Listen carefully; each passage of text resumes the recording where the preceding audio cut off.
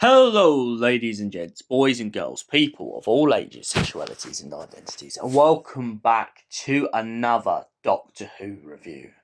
And today's Doctor Who review is none other than Doctor Who Snare by Tim Foley. So, the Doctor and Rose are back on the power state, and Rose's old friend Kevin seems to have a secret lurking in his old dad's flat. But what is the secret, and why does it all revolve around Kevin's past?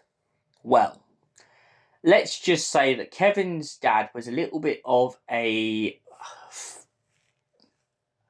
plant enthusiast, and it turns out that his dad was having episodes which kept going back and forth. Luckily for Kevin, however, Jackie Tyler used to take him in among a bunch of other people's flats at the time, just to help Kevin out, especially when his dad used to have a tantrum. However, what Kevin didn't know was the full extent of the flora, and this is what he discovers. Upon re-entering his dad's flat, it turns out the whole place seems to be full with alien plants and a whole garden that never used to exist. Kevin, his new friend, and Jackie end up getting lost within the garden as Kevin's new buddy starts to take photography pictures of the flat. But she gets swept off by a swarm, and Kevin is left alone with Jackie, leaving the pair of them vulnerable to the elements. Eventually, the Doctor and Rose manage to break into this florist of a garden, and they go back to the Doctor's TARDIS and investigate exactly what this plant is. However, what Jackie and Kevin failed to tell the Doctor and Rose is the fact that they saw what seems to be an alien life form living within the forest. The alien life form refers to Kevin as the Little Explorer and explains something about that the Little Explorer used to go off when Kevin's dad was getting very angry. Kevin is confused by this, unsure why this alien creature seems to know who Kevin's dad was. Turns out that the alien life form is a representation of Kevin's father, living a new reincarnated life as a plant life form. The flora is all interacted with the swarm, and of course this creature of pure plant life has its abilities and its powers beyond its comprehension.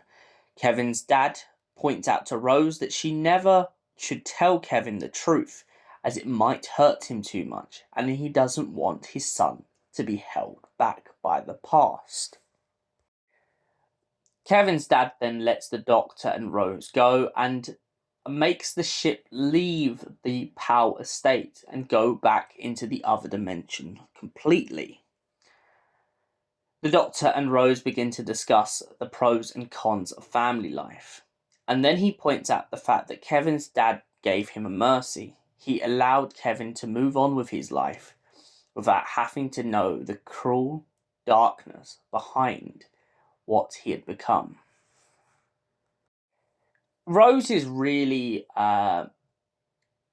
torn in this story by the fact that she feels guilty for what her and her friends used to call Kevin's dad. They used to call him Spider because of the way that his writing was. I like that this is brought up in this audio because often people don't realise until they're much, much older what certain words may have done to people and how their attitudes and behaviours may have affected others in a negative way. The other thing I really like in this story, The Snare, is the fact the Doctor's relationship with Rose is very strong. However, there are still some boundaries he will not cross. Hence, in this story, they keep bringing up the fact that the Doctor never likes talking about family or talking about his relationship with his family. And his answer to Rose is, I don't have one. To which Rose's response, well, you had one once, minus the Time War and everything. This is a really strong connection. The other thing I've got to say I love for comedic effect in this, Camille Drew, I love your performance in everything you do when it comes to Jackie Tyler. Honestly, you absolutely slay and kill it in this. The constant jokes about Titanic in this, the joke about the Doctor not eating his waffles.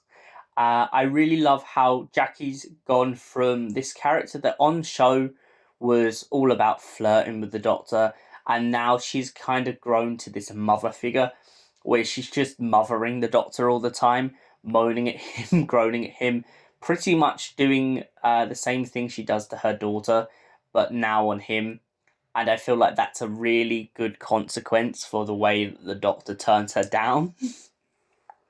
I also think that as a figurehead in general, the performance of Jackie Tyler is just transcended so much since we first met her on screen. I mean, she has a party with Captain Jack. She has a lot of other stories, such as the River Song story, where she meets River Song and goes off on little adventures of her own. I like that the Doctor Who universe hasn't just left Jackie Tyler on that council estate. It's really tried to say, well, she's in that universe now. She has seen alien life forms and she knows how it is to go out there in the universe, even if it does seem that she's stayed on the estate. So let's get into the scoring of The Snare. It's a very strong story by Tim Foley, who is an absolute incredible writer, and it is evident from a lot of their work. However, although I like the comedic moments in this, the only thing I can say is for a story where Rose and the Doctor are reunited once again for, let's just call it Series B or C of the Ninth Doctor era, I feel like I just wish there'd been a little bit more. Maybe that's just me personally being very picky, and I will will apologise for that, but The Snare, as a story, it has strong ties to family and family relationships.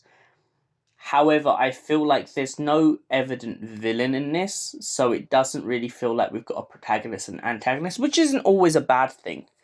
But I do feel like in this story, I didn't really feel like there was much of a threat except for the wasps that have nibbled at Kevin and also taken away or potentially devoured his friend. It's never quite cleared up in this, and that's the only thing that really bugs me, is I wish we'd got a conclusive answer to what happened to Kevin's friend.